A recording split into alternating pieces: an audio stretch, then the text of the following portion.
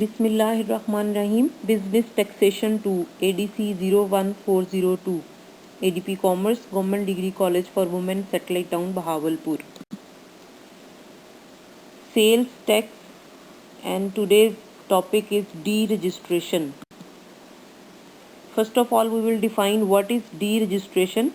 Deregistration means to discontinue registration or to withdraw registration with Sales Tax Department. What are the cases or conditions under which a person is deregistered? A registered person may apply for deregistration under various conditions or cases, like if the person wants to close down his business, if his supplies are exempted from sales tax, if he comes under the definition of cottage industry, or if he belongs to retailers. Now we discuss procedure for deregistration. For deregistration, the procedure is as follow. First of all, the person who wants to be deregistered, he will apply to the concerned commissioner. After that, he shall provide record of inquiry or any audit. At next step, the concerned commissioner shall complete the proceedings within 90 days from the date of application.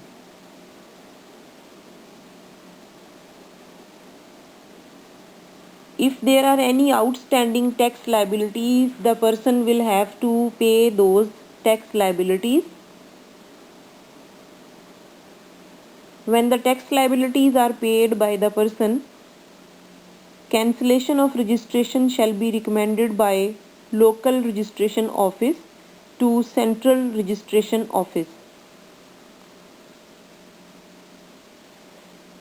When cancellation is recommended, the cancellation orders shall be issued within 90 days of payment of liabilities, and if the person has no liabilities, then the orders shall be issued within 90 days of the submission of application. If the person who wants to be deregistered did not file sales tax returns up to 6 months, he will be provided an opportunity of hearing by the commissioner. Now we discuss about the impacts of deregistration.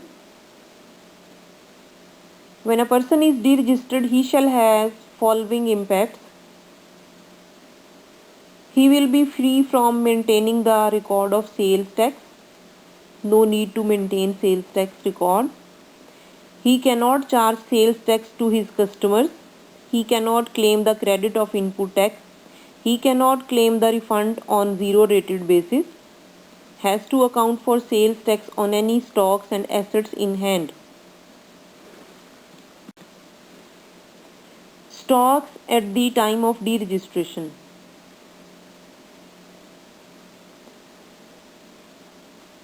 There might be two cases. One, closing down the business, and the other is transferring the business. First, we discuss closing down the business. In case the person shall pay sales tax on all stocks and assets in hand at the time of closing down of business when deregistered from sales tax. In other case, the case of transferring the business to someone else, there might be two situations. First, business sold to a registered person, and second, business sold to unregistered person.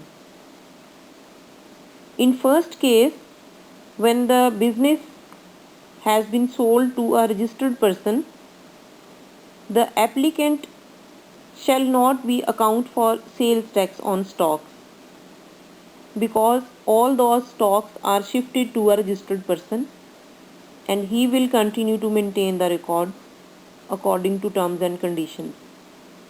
While in second case, he shall have to pay sales tax on all stocks in hand at the time of transfer of the business because the new businessman is not a registered person. Today we discussed about the concept of deregistration. In previous lecture we have discussed registration procedure, registration, temporary registration, compulsory registration, changes in particulars of registration, and in this lecture we have discussed about deregistration, the cases of deregistration, the procedure of deregistration, impacts of deregistration, and the stocks at the time of deregistration. Students, if there is any query, please ask in comments. The references I used in this lecture are Muhammad Muazzam Mughal, Sales Tax 2019-20, and the second reference is Sales Tax Act 1990. Thank you.